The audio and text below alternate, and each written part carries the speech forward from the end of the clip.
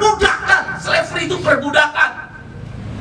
Perbudakan zaman modern, di mana negara tidak hadir melindungi orang-orang yang masuk ke dalam pasar kerja. Negara membiarkan kebrutalan, kebiadaban para pemilik modal menguras, mengeksploitasi keringat, bahkan darah, cucuran air mata kaum-kaum kelas pekerja. Bentuknya apa, Bung Iqbal? Outsourcing seumur hidup.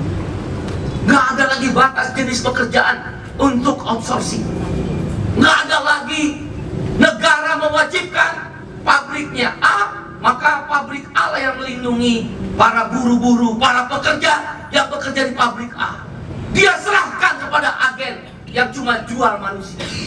Memang bukan trafficking, bukan perdagangan manusia, tapi dia perdagangan tenaga kerja.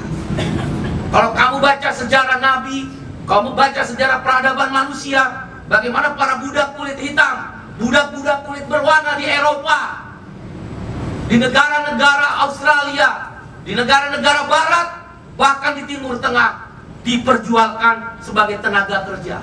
Dulu belum ada pabrik, tapi ada pemintalan benang, ada perkebunan-perkebunan kurma, ada perkebunan-perkebunan anggur. Nah, para budak itu yang kerja. Zaman dulu dapat upah yang kerja di pabrik anggur, di kebun-kebun anggur, di pabrik-pabrik kopi, di kebun-kebun kopi, di kebun-kebun gandum. Dapat nggak? Dapat. Tapi tanpa status hubungan kerja. Itulah disebut slavery, budak.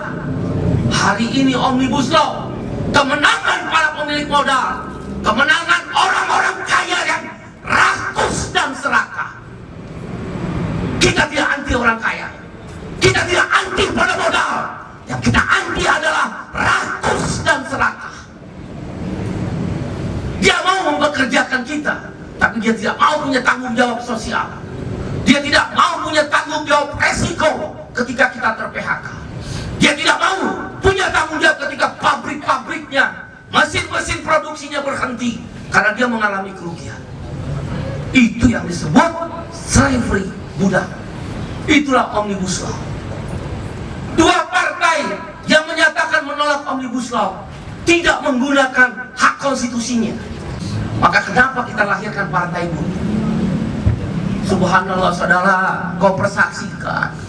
Berdoalah terus menerus. Amin. Semoga Allah kabulkan doa kita. Amin. Apapun agamamu, berdoalah, minta pada Tuhanmu. Amin. Supaya nanti 2024 ada partai kelas. Amin. Kita lawan kebiadaban mereka.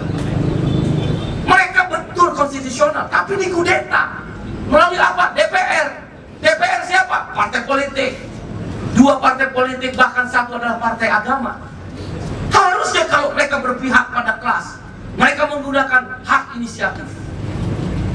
Ketika mereka walk out, ketika akan terjadi paripurna, harusnya walk out. Kamu lihat nggak? Kita, SPMI, KSPI, KSPSI AGN, KPBI, KSBSI Serikat Buruh Sejahtera Indonesia, cikal bakal semua partai buruh yang melanjutkan partai buruh, kita yang menyuruhkan pemogokan umum. Terjadilah 8 Oktober, puncak dari pemogokan nasional. 120 kota lumpuh. Itu kalau tanggal 9